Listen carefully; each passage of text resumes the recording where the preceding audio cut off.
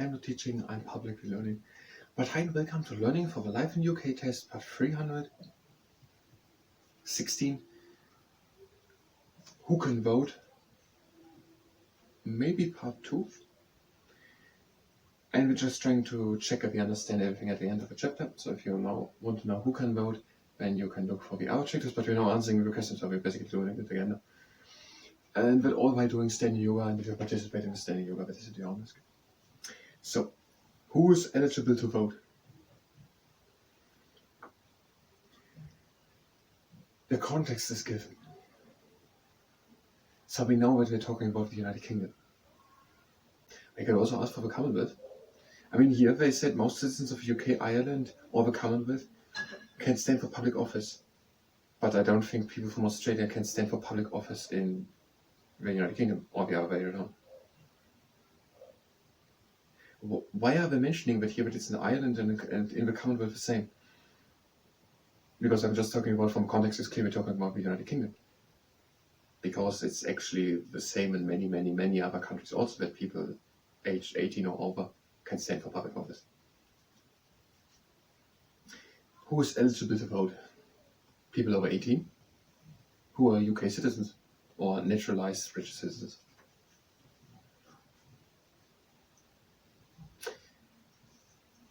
Do we have to be in Great Britain? Because there was something about voting proposed. If people don't want or don't can go out of the house. And want, I mean, because they actually don't want it. It's not so easy. So how you register to vote? It was so complex. There were so many broad things and then detailed things. How you register to vote? You register in the local whatever registration book, and you go to your website and where you ask what authority you are, local authority. When you go to the office and then you say you want to register in the book, or you're getting a letter once a year and where everyone should write in who's over 18 and can vote. I don't really get it. We made it the second time again. You must name on the electoral. Yeah. So, how to register to vote? Contact your local council electoral registration office. Is that the name? Local council electoral registration office. Yes, and when you walk in and when you say you want to register to vote. So we have it. I don't think they're giving us more information here. You try to find for your postcode through about my vote.co.uk where your local council electoral registration office is when you walk in and say you want to register, or additional, you will get a letter, and where you get a registration form, you fill everything in, and then you're registered. Ask your neighbor. I mean, actually, that's my best advice. They are probably registered, and they can tell you what postcode you have, and they have a local registration electoral offices. I mean, how much worse can the answer be than that?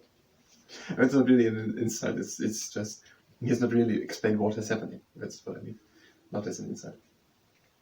How you register to vote. How to vote. You will get a letter if you register, where we're going to tell you on that day, that clock, that place there, you go there and you bring your passport or your photo ID, your name and your address. Then you're getting a piece of paper. With that, you're going into a privately closed secret place. You do all the instructions buried on the paper, and then you throw a piece of paper into the ballot, and that's it. And you have voted. Who can stand for public office? Everyone over 18 who has not done some certain criminal offences, is not a soldier, and is not a civil servant, and no one knows what civil servants are. Imagine all teacher can do. Imagine this would be 50 different occupation branches, what we call it, types. Who can stand for public office? Basically everyone over 18 who is not serving the country. And I'm repeating my question. Why can't soldiers stand for public office?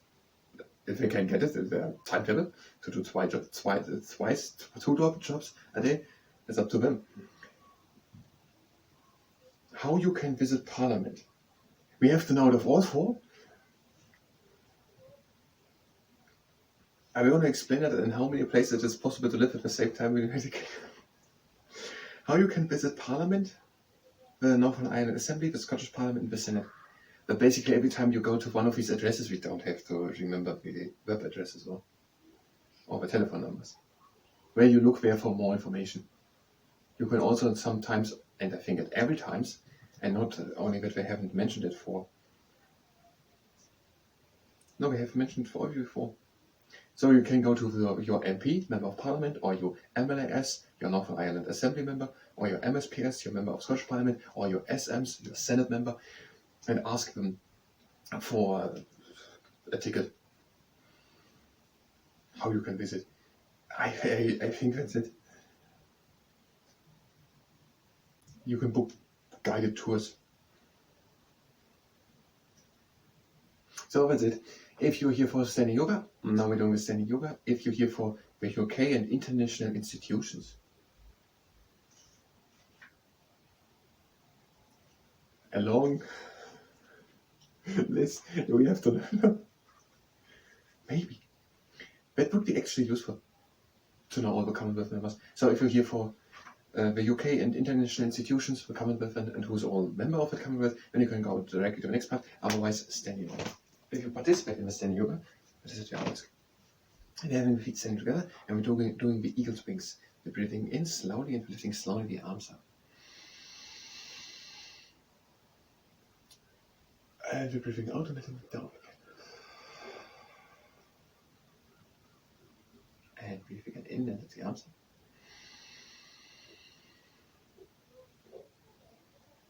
And out the arms again down. And again in and lift the arms up. And breathe out and lift the arms down. And again in and lift the arms up. And out the last time down. Now we're doing crab in the morning, breathing in and lifting the arms up. We're breathing out, bringing the arms down and we're opening the chest to the sky. Breathe again in and lift the arms up. And breathe out and bring the arms down.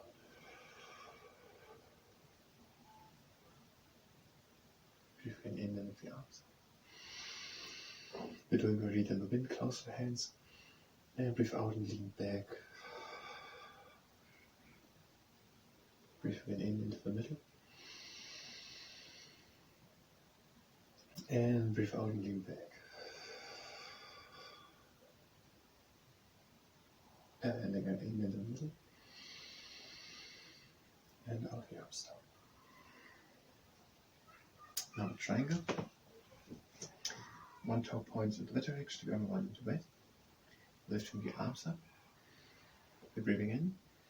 And we're shifting the weight a bit to that side, so the body to the back standing leg. And we're breathing in. And out, we're shifting over the upper part of the body, the front. And going down, taking hold on the leg and looking upwards.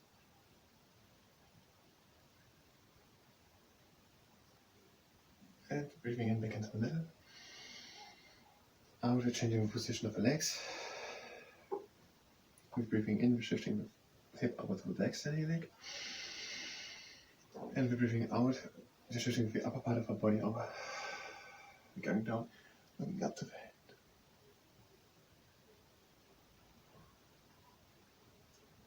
And breathe in. I wanted to do the wolf triangle, but I want to look to the camera.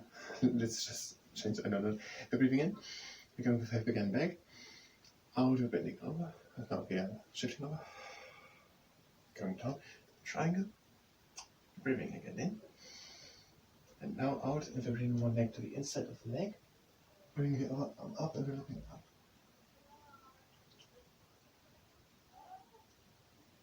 And coming in back. Up to the triangle. And breathe again in. changing into the position of the feet. Breathing in, bringing the head back. Out, we're shifting over with the upper part of the body. Down, looking up. Breathing in. Out, change the position, bring my head down, look with the up to the other one, which is up. Breathing in, the arm down. Look up to normal triangle. Breathing in.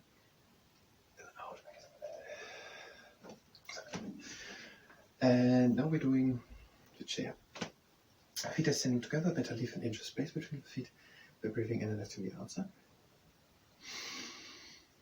And we're breathing out and we're coming up onto tiptoes. And we're going to stay doing the whole exercise in tiptoes. We're breathing in.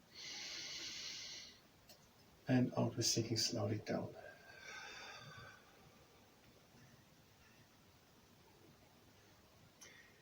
Now we're doing fourth. We're breathing in and we're coming slowly up.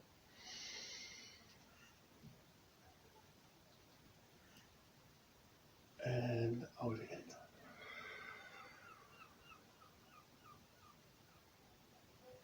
And again, in and out.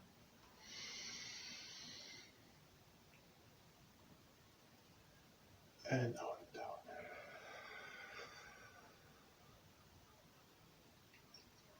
And again in.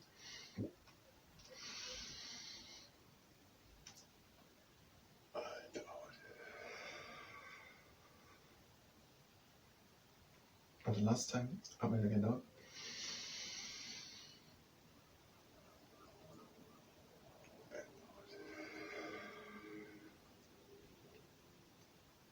Now we're ending, coming up, breathing in, out, the arms down, and the feet down. We're closing the feet, and we're breathing in and lifting the arms up. And we're breathing out for down, right and down. Now we're doing the marble.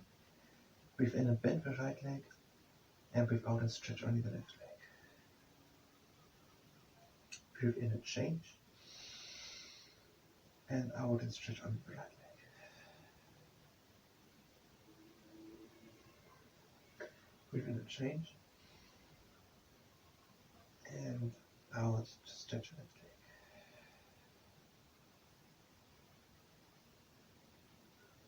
Breathe in and out and change the leg.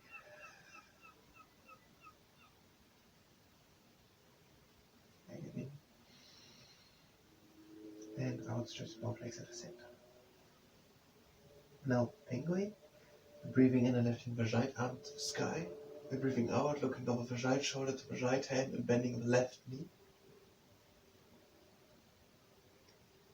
Breathe in and bring the arm again in. And out and down, and both legs straight again.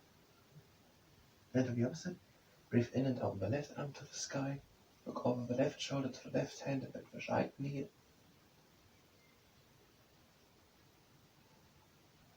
Breathe in, bring the arm again in, out and down.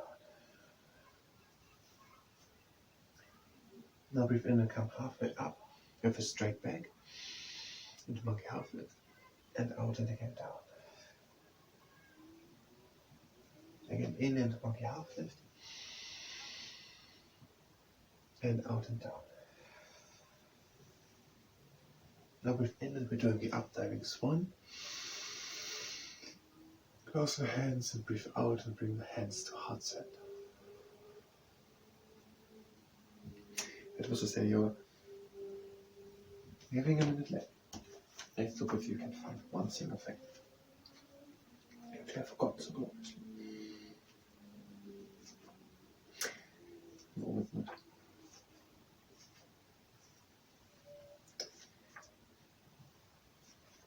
I don't really think. When the street again here. Where do we have the poem? How Thoughts from Abroad by Robert Browning. How to be in England now that April's there, and whoever wakes in England sees some morning unaware that the lowest boughs and the brushwood sheaf round the elm tree bole are in tinier leaf, while the chaffinch sings on the orchard bough in England now. I thank you very much, and thanks still.